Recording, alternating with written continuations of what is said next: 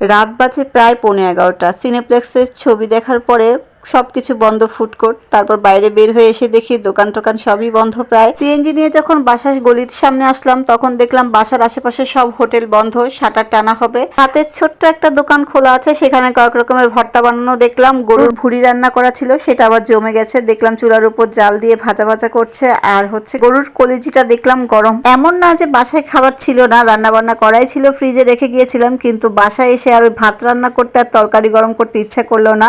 তাই হোটেল থেকে একবারে ভাতটাও কিনে নিয়ে আসলাম। ভাত, গরুর বট ভাজা, কলিজি আর কয়েক রকমের ভর্তা, এটা দিয়ে রাতের খাবারটা সেরে নিব। আমরা যখন সিনেমা শেষ করে 10টা 20-এর দিকে বের হয়েছিলাম তখন দেখলাম ফুডকোর্ট বন্ধ হয়ে গেছে।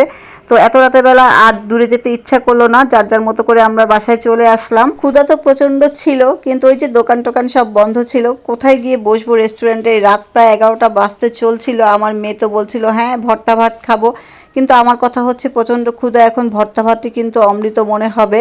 ছোট মানুষ, সে গ্রিল আর নান খেতে চাইছিল, কিন্তু আমাদের এলাকায় যে দোকানগুলো ছিল, মানে গ্রিল নানের যে রেস্টুরেন্টগুলো ছিল, সেগুলো প্রায় সব এখন বন্ধ, সবগুলো শাটার নামাবে।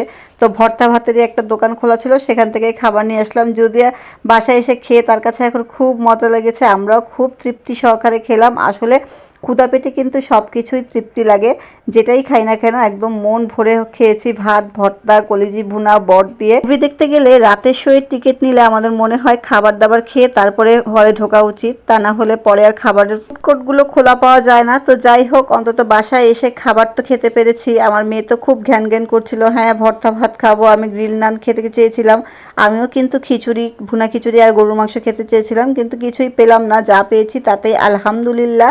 অন্য আরেকদিন হবে মজা করে খাবার, আজকে না হয় এটা দিয়ে তৃপ্তি সহকারে খেয়ে নিলাম। হয়তো অনেকেই বুঝতে পারছেন না, এটা হচ্ছে সেই দিনের রাতের ব্লগের বাকি অংশ, যেদিন টোনাটুনি ভাইয়ের সাথে আমরা ছবি দেখতে গিয়েছিলাম কোনো প্ল্যান ছাড়াই। হঠাৎ করে ওই দিন ছবি দেখে বের হওয়ার পরে আসলে সব দোকান টোকান বন্ধ ছিল, তারা তাদের মতো বাসায় চলে গেছে, আমরাও চলে আসছি। টোনা ভাইরাও নাকি তাদের বাসার সামনের একটা হোটেল থেকে খাবার খেয়ে বাসায় ঢুকছে। তো আমরা তো খাবার খেয়ে আসি না, একদম নিয়ে বাসায় ঢুকেছি। তো এই ছিল আজকের ছোট্ট একটি ব্লগ। কেমন লাগলো অবশ্যই কমেন্ট করে জানাবেন। আল্লাহ হাফেজ।